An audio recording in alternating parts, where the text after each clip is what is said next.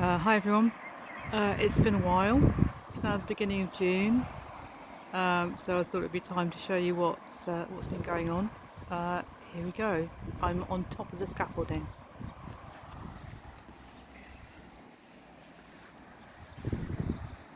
So here is the garden. A lot of building materials coming in, things going out, mostly repurposed, but not all. Having to get rid of some odds and ends that nobody wants. I've been trying to save soil and have finally set up 2 permanent beds in those oval galvanised iron beds, and need to put some more in.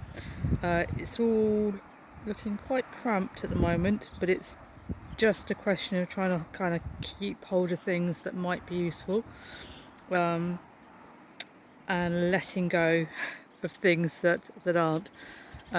We've been getting a lot of soil, so a lot of it's bagged up at the side there, and obviously I've got the big ton bags full of soil, which I'm trying to grow things in temporarily, pretty successfully actually.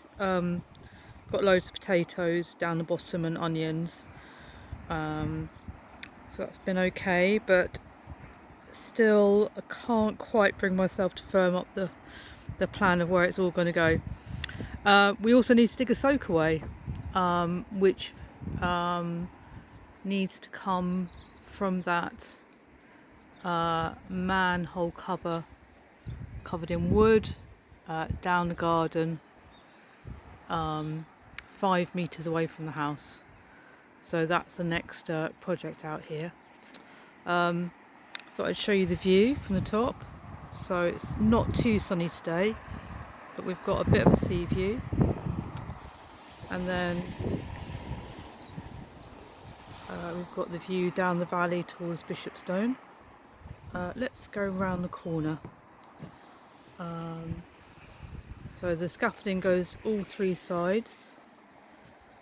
Here's the roof, which is where the work's going to be happening soon. That chimney's coming down this week, and then the roof is going to be stripped, have a membrane on, and then retiled, and then we can insulate it from the inside. A new skylight on this side, and a big piece of work is making this hip roof into a gable, so we'll gain a lot more headspace inside. Let me give you a tour on this top level.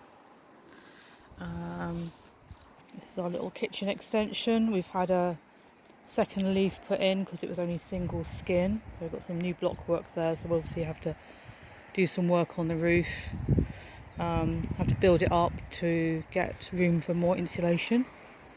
So we're going to use hemp fibre insulation here, so we need to have a pretty tall space to accommodate sufficient insulation there, so we'll be raising that, but shouldn't be too much of a problem because this will be a gable wall, so that should be okay. So going around the back here, we can see what's been happening here. So we've now got a water and electric supply down the garden to the garage, and then Andy's built a path from the used paving slabs over the trench towards the garage. Got our gabions and Andy's potato crop, and more bags of rubble, which may or may not be used for more gabions as part of a fencing project along the side. We keep changing our mind on what to do with that. I'd like to have done recycled plastic, but it's really expensive and really hard to find someone who's willing to do that. I'm a bit loath to take it on myself. Just think I might not get it right.